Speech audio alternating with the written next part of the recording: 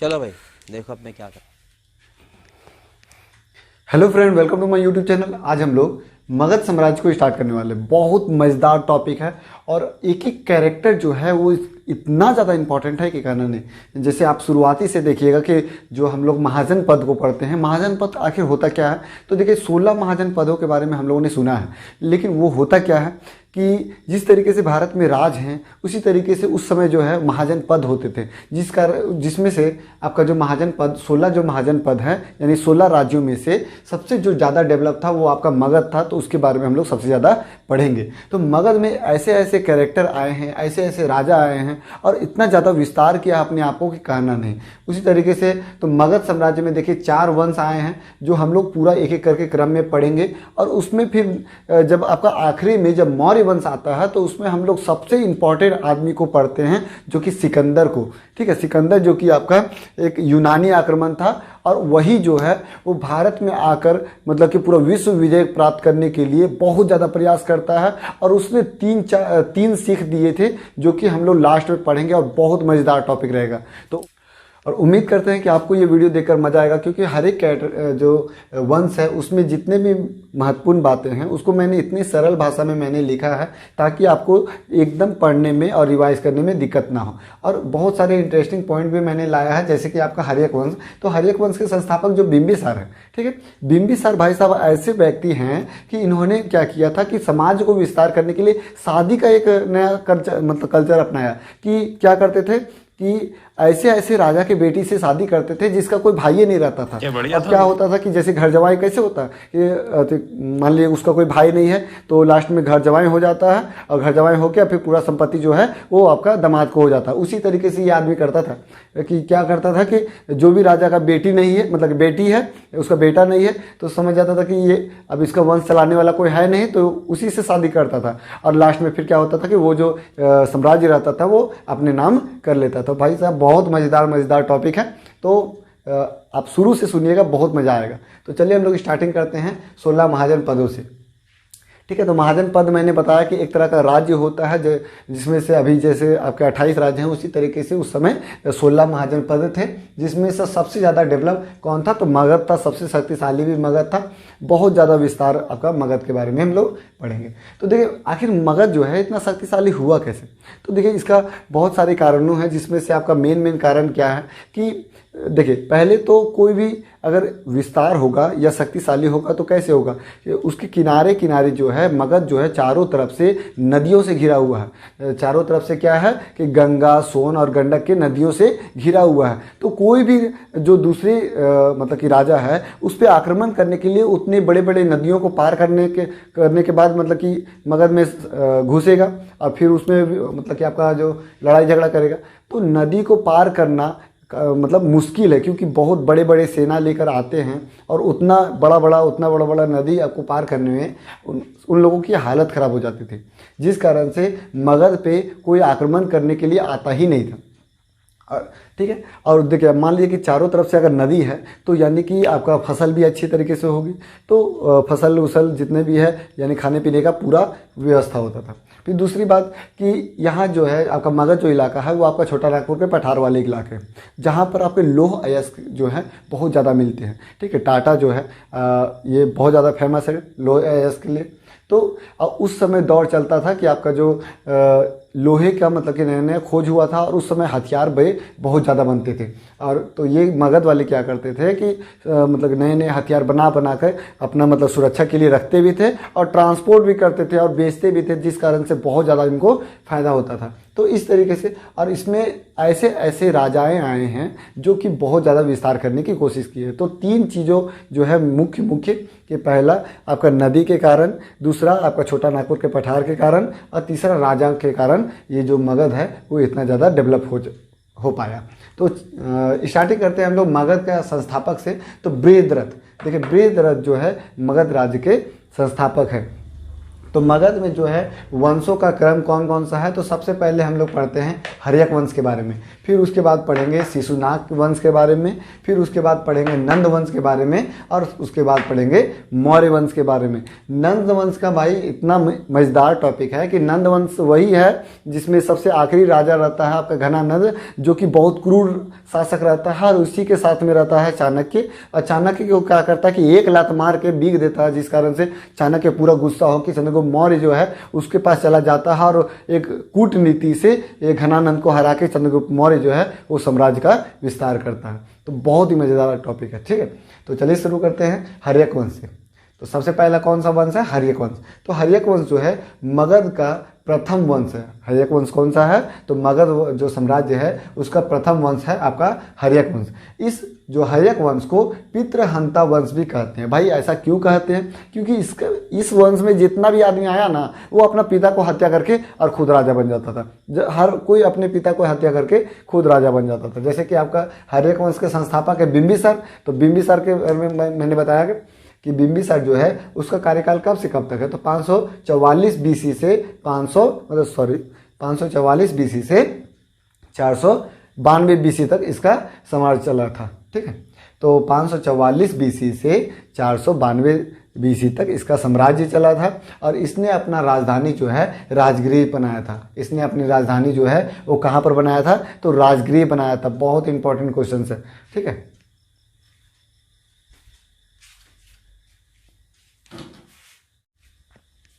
तो इसका हथियार जो है वो बनना शुरू हो गया था। लोहा का मतलब कि तलवार, फरसा और बहुत सारे हथियार बन के वो क्या करते थे कि अपनी सुरक्षा के लिए रखते भी थे और ट्रांसपोर्ट भी करते थे, जिस कारण से काफ़ी मात्रा में पैसा कमाते थे। तो इस कारण से आपका जो है मगध जो है उसका धन का भी इनकम होता था। और तीसरा कि इसमें ऐसे ऐसे राजाएँ आए हैं और ऐसे ऐसे वंश आए हैं, उसमें एक से एक राजा का कैरेक्टर आपको मिलेगा, ठीक है। और हर एक कैरेक्टर में जो आपको मिलेगा कि जैसे हम लोगों को कोई चीज़ याद कैसे होता है, तो उसमें कुछ खास बातें होती है, कुछ मज़ेदार बातें होती हैं, और उसी को हम लोग ध्यान में रखते हुए कोई भी चीज़ याद करते हैं। तो इसीलिए मैंने क्या किया है कि हर एक कैरेक्टर को उसमें क्या खास बातें थी, कुछ यूनिक बातें थी, कुछ मज़ेदार बातें थी, उसको मैंने लेकर आया हूँ। तो आपको मतलब भूलने नहीं देगा ये सभी चीज़ों को, ठीक है। एक बार आप सुन लीजिएगा तो भूलने नहीं देगा। तो चलिए शुरू करते हैं। तो मगध की स्थापना जो है वो किसने किया था, तो मगध के संस्थापक है बृहद्रथ। मगध राज्य के संस्थापक, साम्राज्य के संस्थापक कौन है, तो बृहद्रथ को है। इसको आप भूलिएगा नहीं, ठीक है। तो ये आपका एग्जाम में बहुत बार पूछा गया है। तो मगध जो है उसमें आपको जो वंश है 4 आपके लगातार क्रम में वंश आते हैं। कौन कौन से, तो हर्यक वंश, शिशुनाग वंश, आपके नंद वंश और मौर्य वंश। देखिए 4 वंश जो है वो क्रम में आते हैं। सबसे पहला आपका हर्यक वंश, फिर दूसरा शिशुनाग वंश, तीसरा आपका नंद वंश और चौथा आपका मौर्य वंश। भाई मौर्य वंश के समय में ही आपका सिकंदर जो है बहुत मज़ेदार, जब लास्ट में आप आइएगा ना सिकंदर के बारे में, इतना मज़ेदार बातें हैं उसके बारे में कि जब भी उसको पढ़ता हूँ तो मैं मतलब इतना जोश आ जाता है कि कहना नहीं, ठीक है।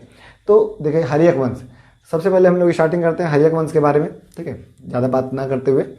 तो मगध का प्रथम वंश कौन सा है, तो हर्यक वंश है। मगध साम्राज्य जो है उसका प्रथम वंश कौन सा है, तो आपका हर्यक वंश है, और इसे पितृहंता वंश भी कहते हैं। भाई ऐसा क्यों, तो इस वंश में क्या होता था कि हर्यक वंश में जितने भी राजा आए ना वो अपने पिता का हत्या करके फिर राजा बन जाते थे, फिर उसका बेटा जो है उसका हत्या करके फिर राजा बन जाता था। तो इसी तरीके से अपना पिताजी को मार मार के और अपना राजा बनते गया, जिस कारण से इसे पितृहंता वंशे नाम रख दिया, यानी पिता की हत्या करने वाला वंश हर्यक वंश, पिता की हत्या करने वाला वंश हर्यक वंश, ठीक है। तो मगध राज्य के संस्थापक जो है मगध का प्रथम वंश आपका हर्यक वंश, इसे पितृहंता वंश से भी प्रसिद्ध है ये, ठीक है। तो हर्यक वंश के संस्थापक कौन है, तो हर्यक वंश के संस्थापक है बिंबिसार। बृहद्रथ तो आपके मगध का संस्थापक था, तो हर्यक वंश के संस्थापक आपके बिंबिसार जो है वो हर्यक वंश के संस्थापक है, और इसके जो कार्यकाल है वो 544 बीसी से लेकर के 492 बीसी तक इसका कार्यकाल रहा है। तो ये चीज़ आप याद रखिएगा कि बिंबिसार जो है हर्यक वंश के संस्थापक है। पहला है तो भाई इंपॉर्टेंट रहेगा ही, तो इसे एकदम याद रखना ही रखना है। अब इसके याद रखने के लिए क्या, देखिए मैं कुछ बताता हूँ, आप फिर इसको भूल नहीं पाइएगा। मुझे पक्का यकीन है कि ये आदमी ऐसा था कि जैसे अभी क्या होता है कि कुछ लड़के जो तैयारी नहीं करते हैं और बड़े बड़े सपने देखते हैं, तो घर में बैठे हुए रहते हैं, तो उसको लगता है कि कुछ ऐसा लड़की से शादी कर लेंगे जिसका मतलब कि घर संपत्ति पूरा हो और घर जमाई बन के और रहेंगे, लास्ट में संपत्ति तो मेरा हो ही जाएगा। वही हाल ये करता था कि ये ऐसा रानी सबको खोजता था, जो मतलब कि ऐसा राजा सबको खोजता था जिसकी बेटी हो और उसका कोई बेटा ना हो। ऐसी रानी को यानी ऐसे राजा को खोजता था जिसकी बेटी हो, उसका बेटा ना हो। अब ये आदमी क्या करता था कि उसका बेटी से शादी कर लेता था। अब राजा जो है उसका तो कोई बेटा है नहीं, तो उसका जो पूरा साम्राज्य है जो आगे चल के कौन देखेगा, तो लास्ट में उसका बेटी और दामादे ना देखेगा। तो इसी तरीके से ये क्या करता था कि साम्राज्य का विस्तार करने के लिए लड़ाई झगड़ा नहीं करता था, जाके उसका बेटी से शादी कर लेता था। अब बेटी से शादी किया, कुछ दिन बाद क्या हुआ कि बेटी अब क्या हम तो बुढ़ा गए हैं, तो क्या करो कि ये सब जो है तुम्हारे नाम कर देते हैं। तो ठीक है, तो दामाद का नाम कर दीजिए, वो देखेंगे। तो इस तरीके से करके बिंबिसार जो है अपना साम्राज्य का विस्तार किया।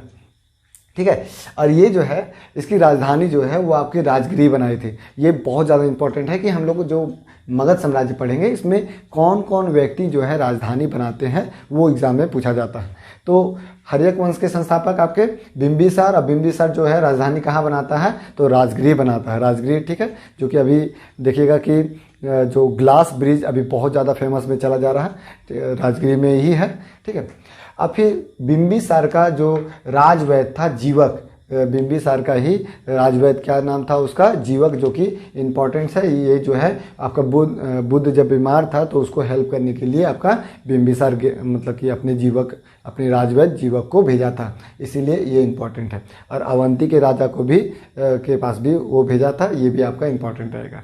ठीक है, तो विवाह परंपरा से साम्राज्य विस्तार करने के लिए जो बिंबिसार है उसने कौन सा तकनीक अपनाया, पहले लड़ाई झगड़ा नहीं करेंगे, उसका बेटिए से शादी कर लेंगे और फिर हड़प लेंगे उसका और साम्राज्य का विस्तार करेंगे। तो टोटल इसने 3 या 4 शादी किए थे। ठीक है, तो हम लोग को ये चीज़ इंपॉर्टेंट है कि विवाह से अपना साम्राज्य का विस्तार किया था।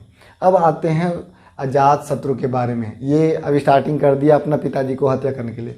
क्या होता है कि इसका जो है जब ये शादी करने के लिए जिससे चाहता है वो लड़की क्या बोलती है कि भाई तुम राजा तो है नहीं, हम तेरा से काहे शादी करें।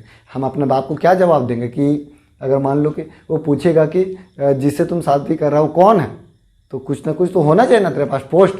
तो लास्ट में वो क्या करता है कि अपना तुम कैसू करके राजा बनो तभी तुमसे हम शादी करेंगे। तो ये अब क्या करे उसका पिताजी को बोल रहा, तो वो तो भाई अपने जश्न में है। ठीक है, तो लास्ट में क्या होता है कि अजात शत्रु जो है अपना पिता को मार के और खुद राजा बन जाता है। तो इसीलिए इसे कुनिक भी कहा गया है। तो अजात शत्रु जो है स्टार्टिंग करता है अपने पिता की हत्या करने के लिए। तो पढ़ते हैं इसके बारे में कि 492 ईसा पूर्व में 492 बीसी में पिता की हत्या करके और खुद ही शासक बन जाता है। ठीक है, वैशाली और काशी को ये जीतता है। जब ये तो अपना पिताजी के तरह तो था नहीं कि भाई शादी करके हम अपना साम्राज्य विस्तार करेंगे, थोड़ा सा जोशीला था, क्योंकि पिता का कोई हत्या कर दे तो भाई तो खुखारे टाइप से होगा कोई आदमी। ठीक है, तो इसीलिए इसने वैशाली और काशी को जीता था। और बुद्ध के प्रथम सभा का आयोजन भी इसी के समय में हुआ था। हम लोगों ने पढ़ा है कि गौतम बुद्ध के बारे में कि 4 बौद्ध संगीति हुई थी, जिसमें आपका पहला था राजगृह, फिर वैशाली, फिर आपका पाटलिपुत्र और कुंडलवन। ठीक है, तो ये चारों में से आपका जो पहला जो हुआ था उसका जो अध्यक्षता करता था, अध्यक्षता कौन किया था, तो अजातशत्रु किया था और इसी के समय में आपका हुआ था। तो इसीलिए ये आपका इम्पोर्टेंट है। ठीक है, उसके बाद हम लोग पढ़ते हैं अब उदायन के बारे में। तो फिर उसके बाद उदायन क्या करता है, उसको उदयन भी बोलते हैं, उदायन भी उसका आपका निक नेम बोल सकते हैं। इसने पिता की हत्या करके फिर गद्दी पर बैठा। इसके साथ भी वही चीज़ हुआ जो अजातशत्रु के साथ में हुआ था ना, कि ये शादी जिससे करना चाहता था वो बोला कि पहले तुम राजा बनो तब तुमसे शादी करेंगे। उसी तरीके से ये भी जिससे शादी करना चाहता था वो भी बोला कि तुम अपना पिताजी को मारो और खुद राजा बनो तभी तुम्हारा शादी करेंगे तुम्हारे से। लास्ट में ये भी अपना पिताजी को मार देता है, यानी कि अजातशत्रु को ये भी मार दिया और ये खुद राजा बन गया। तो इसीलिए ये इंपॉर्टेंट है। और सबसे ज़्यादा इसका लिए इंपॉर्टेंट ये चीज़ है कि इसी व्यक्ति ने अपना राजधानी पाटलिपुत्र किया था। ठीक है, मैंने बताया था कि जो जो राजधानी चेंज करेगा उसको ध्यान देना है कि पाटलिपुत्र की स्थापना करके और इसको राजधानी बनाया था। पाटलिपुत्र जो है पटना का स्थापना कौन किया है? तो उदयन, ये एग्जाम में बहुत बार पूछा गया है। ठीक है, तो पाटलिपुत्र की स्थापना करके उसका राजधानी जो है वो कौन बनाया है? तो उदयन ने बनाया है। फिर उसके बाद जो है सबसे, अब ये जो है आदमी तेज था थोड़ा, बोला कि अपना बेटा से पहली बात कर लिया कि भाई देखो, अगर तुमको राजा बनना होगा ना तो हमको मारना मत, तुम बोलना हम सीट दे देंगे लेकिन हमको मारना मत। और इसका बेटा था एक आपका जो सबसे अंतिम हर्यक वंश का सबसे अंतिम शासक रहता है, उसका नाम था नागदशक। इसका नाम क्या था? नागदशक। नागदशक उतना ज़्यादा डेवलप नहीं था। ठीक है, वो पिता की हत्या करके उतना ज़्यादा वो ऐसे भी नहीं मार पाता। ठीक है, तो नागदशक जो है वो अंतिम शासक था। तो उसको जब गद्दी मिला तो फिर इसी का सेनापति था एक, इसी का मंत्री एक था जिसका नाम था आपका शिशुनाग। जिसका क्या नाम था? शिशुनाग। अब देखा कि मेरा राजा जो है जिसको हम गुलामी कर रहे हैं, ये तो बोका आदमी है, इसका काहे हम गुलामी कर रहे हैं, इसको हम ही लिपट देंगे। लास्ट में क्या किया कि नागदशक जो है उस नागदशक को शिशुनाग जो है वो मार देता है और नया वंश का शुरू करता है जिसको बोलते हैं शिशुनाग वंश। तो याद रखिएगा कि आपका हर्यक वंश के सबसे अंतिम शासक नागदशक था। नागदशक को कौन मारा? तो उसी का मंत्री मारा जिसका नाम था शिशुनाग। और शिशुनाग मार के शिशुनाग वंश का अपने नाम के वंश का स्थापना किया। इसीलिए शिशुनाग वंश के संस्थापक किसे कहा जाएगा? तो शिशुनाग को ही कहा जाएगा। यानी कि इसमें याद करने में दिक्कत नहीं होगा क्योंकि सेम है। ठीक है, तो इसने फिर अपना राजधानी कहाँ पर बनाया? तो मैंने बताया था राजधानी इंपॉर्टेंट रहेगा। तो राजधानी इसने वैशाली बनाया। शिशुनाग ने अपनी राजधानी कहाँ पर बनाया? तो वैशाली बनाया। ये आपका इंपॉर्टेंट रहेगा। शिशुनाग ने अवंती को मगध में मिला लिया। शिशुनाग ने जो है अवंती को कहाँ पर मिला लिया था? तो मगध में मिला लिया था। ठीक है, फिर उसके बाद है इसके बाद राजा आता है कौन? तो कालाशोक। कालाशोक जो है इसने पुनः क्या किया कि ये तो वैशाली कर दिया था ना, कालाशोक ने अपना राजधानी फिर से क्या किया? पुनः पाटलिपुत्र बना दिया। देखिए, उसका पिता मतलब कि जो शिशुनाग था उसने क्या किया कि पाटलिपुत्र से वैशाली कर दिया राजधानी को, लेकिन कालाशोक क्या किया कि फिर से वैशाली से पाटलिपुत्र पुनः स्थापन कर दिया। तो ये चीज़ आपको याद रखना होगा कि कालाशोक जो है पुनः जो राजधानी है पाटलिपुत्र कर देता है। अब इसी के समय द्वितीय बौद्ध संगीति होता है, ये चीज़ याद रखिएगा।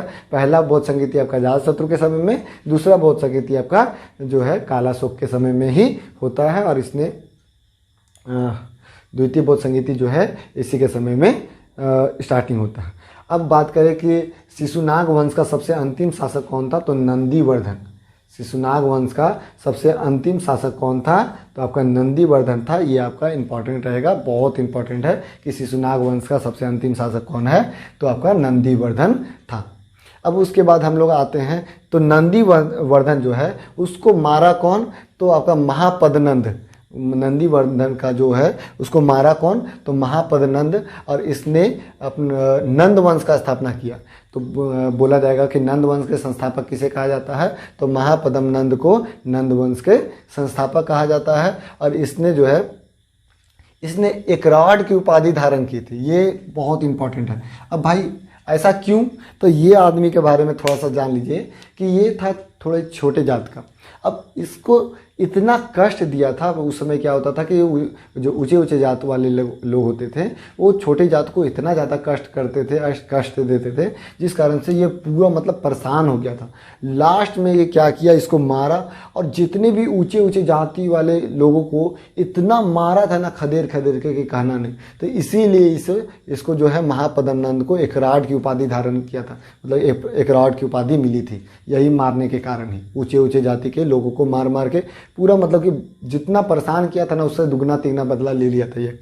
तो इसीलिए आपका इम्पोर्टेंट है। फिर इसने जो है कलिंग को भी जीता था। कलिंग जो है वो आपका अभी अगर वर्तमान में बात करें तो उड़ीसा में जो है वो आपका उस समय वहाँ पर कलिंग था। ठीक है, तो इसने कलिंग को भी जीता था महापद्मनंद ने। और उसके बाद हम लोग नंद वंश का सबसे अंतिम शासक की बात करें तो घनानंद था। नंद वंश का सबसे अंतिम शासक कौन था? तो घनानंद था। और सबसे आपका क्रूर शासक भी इसे बोला जा सकता है कि बहुत ज़्यादा क्रूर शासक, यानी गुस्साइल और एकदम मतलब कि चित खोपड़ी टाइप से आदमी था। ठीक है, तो अब देखिए हुआ क्या कि ये जो था इसी के साथ में हम लोग पढ़ते हैं चाणक्य के बारे में। चाणक्य जिसे 3 नाम है, चाणक्य, कौटिल्य या विष्णुगुप्त। चाणक्य, कौटिल्य या विष्णुगुप्त। तो घनानंद के साथ में ही रहता था, तो इसी का ये मंत्री था। कुछ बात हुई जिस कारण से ये क्या हुआ कि उसका बात मतलब उस पर गुस्सा हो के और उसको पूरी भरी सभा में, चाणक्य को पूरा भरी सभा में घनानंद ने एक लात मारा था, उसे बिगा गया था। लास्ट में चाणक्य पूरा गुस्सा गया। अब उसने बोला कि भाई इससे तो बदला लेना होगा। तो इसीलिए इसने जो है चाणक्य ने चंद्रगुप्त मौर्य के पास जाकर और उसको पूरा कूटनीति से तैयार करके और इसको घनानंद को हरा के मौर्य वंश का साम्राज्य का स्थापना हुआ था, जिस कारण से हम लोग मौर्य वंश